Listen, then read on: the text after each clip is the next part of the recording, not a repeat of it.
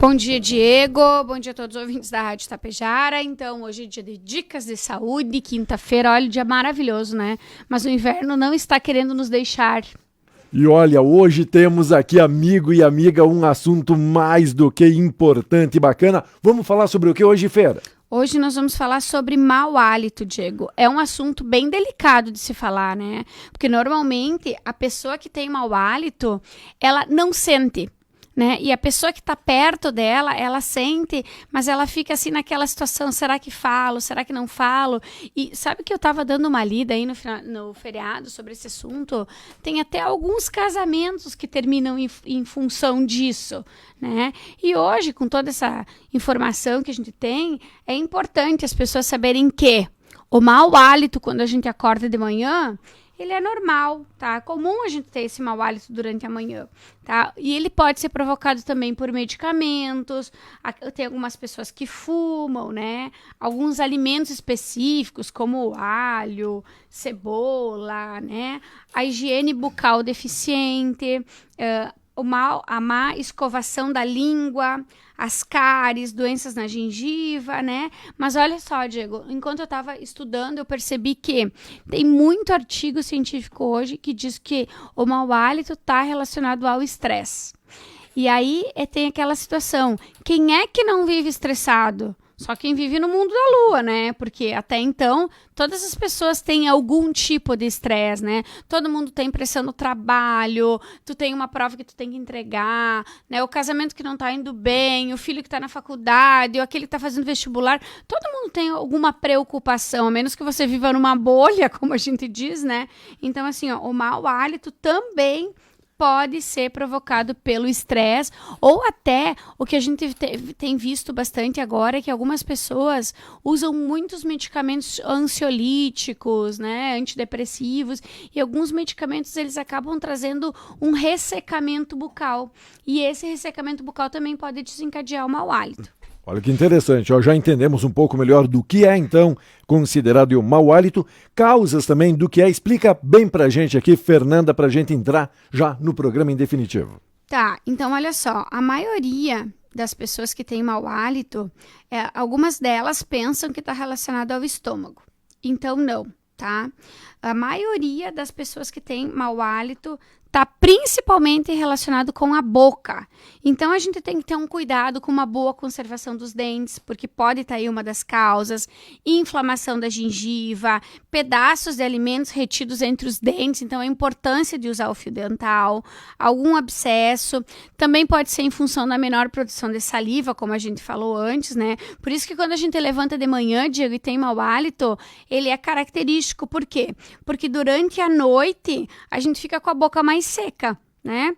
O ressecamento da boca também provocado por um jejum prolongado, desidratação, olha só que interessante, exposição ao ar-condicionado, seca a boca, pode acontecer, tá? Estresse, uso de medicamentos, respirar pela boca e falar por muito tempo, presença da saburra na língua, como a gente falou, consumo excessivo de álcool e olha só, algumas infecções como amidalite e sinusite também podem ser responsáveis pelo mau hálito. Fer, falando aqui desses mitos, verdades, do que causa o mau hálito, ele vem da garganta, já que você está aqui abordando esse assunto no nosso programa hoje? Então, raramente ele pode vir da garganta, tá? Mas as infecções da garganta podem sim ocasionar mau hálito. Outra pergunta, dúvida, vem do estômago? 2% dos casos de mau hálito estão relacionados ao estômago. Mas, como a gente fala sempre, Diego, é importante que a pessoa descarte a causa orgânica. Foi pro dentista, tá tudo certo, continua com o mau hálito. É importante você procurar um médico, principalmente um gastro, que na parte digestiva ele vai poder te orientar melhor. Outra dúvida quanto mito ou verdade, se vem da língua também esse mau hálito? Então, em boa parte, pelo que a gente vê, sim, tá? A língua, ela não deve ser castigada por isso, mas a gente deve fazer a higiene da língua, né? Quando você terminou de escovar os dentes, você tem que escovar a língua também para tirar toda aquela saburra. E hoje, Diego, já existem umas escovas especiais que escovam a língua. Então, se você tem mau hálito, né? Sabe que tem, então procure adquirir uma dessas escovas que vai te ajudar. Quanto à hereditariedade, também pode ter algo ligado ao mau hálito? Não, o mau hálito não é hereditário. Outra pergunta que fazem seguidamente aqui, principalmente para programação, boca amarga é sinal de mau hálito? Então, nem sempre, Diego. Muitas pessoas se queixam que boca amarga, com gosto ruim, que muitas vezes pode estar relacionado com alguma alteração de saúde bucal, né? Como, por exemplo, uma doença da gengiva, uma restauração metálica, mas quase sempre está relacionado ao baixo fluxo salivar, o que pode passar imperceptível, sem o desconforto na boca. Daqui a pouco a pessoa não tem salivação e para ela não faz diferença, né? Então, existem alguns medicamentos que podem ocasionar essa secura na boca, como a gente comentou, ansiolíticos, antidepressivos, né? Mas hoje existe a saliva artificial. A gente faz muito lá na farmácia essa saliva para alguns pacientes que têm câncer, têm dificuldade de engolir. Você pode usar a saliva artificial para o mau hálito. Então, você vai dar umas borrifadas ao longo do dia e, em alguns casos, essa saliva artificial que a gente faz, a gente pode colocar até enzimas digestivas que podem ajudar na digestão dos alimentos. Olha, super interessante, super atual esse assunto de hoje, falando aqui da halitose ou mau hálito. Bom, a ideia do programa é trazer dicas quanto a tratamento, diagnóstico, o que é que você pode abordar para explicar melhor aí para o nosso ouvinte. Tá, então olha só, o mau hálito ele não é uma doença, como muita gente pensa, tá? Ele é um sintoma de que alguma coisa no teu corpo não tá legal. Então, o que você tem que fazer? Você primeiro tem que procurar um dentista, né? Para ver como é que tá a sua boca, fazer uma avaliação, daqui a pouco precisa trocar uma restauração, alguma inflamação como uma gengivite, alguma cárie que você não tem dor, mas ela tá ali, né? E se o dentista descartar, você então vai para o médico, para um gastro. Aí vamos tratar a sua saúde digestiva. Se tiver tudo bem, em algumas situações pode ser estresse, né? Mas também, Diego, tem muito produto natural aí que pode ajudar o pessoal aí a driblar essas situações do dia a dia. Bem interessante mesmo. Quanto recomendações, o que é que você dá de recomendação aqui no nosso programa de hoje? Então, recomendação, tomar água, muita água, manter a sua boca sempre umedecida, tá? Evitar permanecer muitas horas sem se alimentar, porque o jejum prolongado favorece o aparecimento do mau hálito. Caprichar na higiene bucal, como a gente já falou, né? Principalmente café, almoço e jantar, escovar os dentes, passar fio dental, escovar a língua, isso aí é fato. Outra coisa que tem que verificar, Diego, é se certificar que os níveis de glicemia estão dentro da normalidade. Isso, com certeza, o gastroenterologista vai pedir para o paciente, tá? E também ver como é que está o funcionamento do estômago, dos rins, intestino. Isso tudo o gastro já vai verificar. E utilizar, de vez em quando, algum chiclete, alguma goma de mascar sem açúcar, porque também isso aí estimula a salivação. Fer, já que toda quinta-feira você traz também dicas de alguns produtos naturais, quando a gente fala de mau hálito, de halitose, tem algo que você possa recomendar ou até mesmo indicar para o nosso ouvinte? Então, olha só, Diego, tem vários produtos naturais, tá? Mas, por exemplo, tem que ter cuidado com alguns. Por exemplo, o óleo essencial de cravo, ele é fantástico para a halitose. Ele tem muitas indicações, tá? O óleo essencial de cravo, ele é rico em eugenol. Eugenol é uma substância que está presente em vários produtos dos dentistas. Por isso que quando você entra no consultório dentário, você já sente aquele cheirinho característico do óleo essencial de cravo. Só que o cravo, ele não pode ser consumido direto na pele, tá? Então, por exemplo, assim, ó, uma dica bem interessante para óleo essencial para usar o cravo. Pegar o óleo essencial de cravo, se você tem dor de dente, por exemplo, você pode colocar ele num cotonete e colocar ele lá no local até que o dentista vai te atender. Por quê? Vou tomar um anti-inflamatório. Tem muita gente que não pode ficar tomando coisa. Então, óleo essencial de cravo é uma dica boa. Você enche o cotonete de óleo essencial de cravo e coloca no local. Às vezes acontece também, por exemplo, eu tô com dor de dente no sábado de noite, meu dentista vai me atender só na segunda. Óleo essencial de cravo. Funciona muito bem.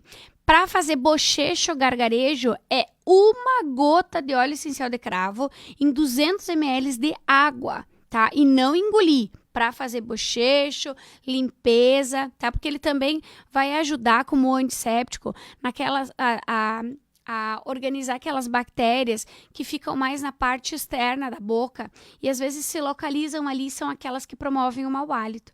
Então ele vai ajudar também nessa parte. Além do cravo, além dele ser muito bom para o mau hálito, ele também funciona como um anestésico.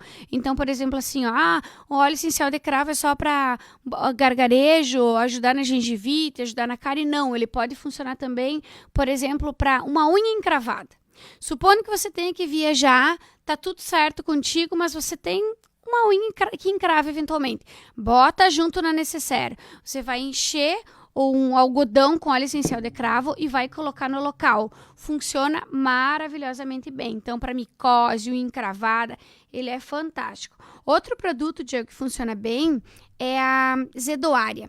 A zedoária aí é um fitoterápico. Então, na aromaterapia, óleo essencial de cravo. Na fitoterapia, a zedoária. A zedoária é uma planta que ela ajuda a dar uma relaxada e dá uma sensação de frescor no trato digestivo. Então, por exemplo, assim, tenho refluxo recorrente, fico nervosa, tenho gastrite, tenho refluxo, e noto que quando eu tô mais nervosa, tenho mais mau hálito. Então, pode usar zedoária, uma cápsula 2 vezes ao dia, 250 miligramas, é natural e funciona muito bem. Ela funciona também muito bem para quem tem problemas digestivos, para quem tem gases, flatulência, dificuldade de digestão. Ela é fantástica, funciona muito bem, tá? Na homeopatia, a gente usa o sulfur, tá? Então, o sulfur é um medicamento homeopático característico para a litose. E tem um outro produto que eu falo sempre, que é o probiótico, Diego. O probiótico ajuda muito. Por exemplo, assim, faz uma refeição mais pesada, com muito tempero, né? Eu gosto de botar cebola, gosto de botar alho, gosto de botar vários temperinhos, mas eu noto assim, que fico arrotando, que me dá mau hálito, chego perto de alguém para conversar, fico numa situação meio desconfortável, mas eu gosto de comer isso faz parte aí do meu dia a dia. Então pode usar um probiótico, uma cápsula ao deitar. O que o probiótico faz? Digere melhor os alimentos, diminui a formação de gases, aumenta a absorção dos alimentos e também vai ajudar no mau hálito. Super interessante o programa de hoje, deixando você por dentro aí da halitose, mau hálito, o que você pode fazer aí, né, para combater, para controlar. E quem quiser falar com vocês aí, Fernanda, como é que faz? Joia, deixa eu deixar 2 recadinhos, então, primeiro, Diego. Um deles é que no final de semana vai estar acontecendo o Pedal aqui em Tapejara, né? A Naturativa é patrocinadora do Pedal, é um evento que está muito relacionado com qualidade de vida, com saúde, e a gente sabe que quanto mais a gente cuidar do nosso corpo, mais ele vai nos ajudar quando a gente estiver numa situação difícil. Então, hoje a gente já sabe que 15% a nossa saúde está relacionada 15% com a nossa genética e os outros 85% com os nossos bons hábitos de vida. Então, convidar o pessoal para vir prestigiar o Pedal no domingo, lá no Parque de Rodeio aqui em Tapejara, né? A gente vai estar lá também. E quarta-feira da semana que vem, a gente tem o Dr. Alexandre aqui em Tapejara, que ele é homeopata.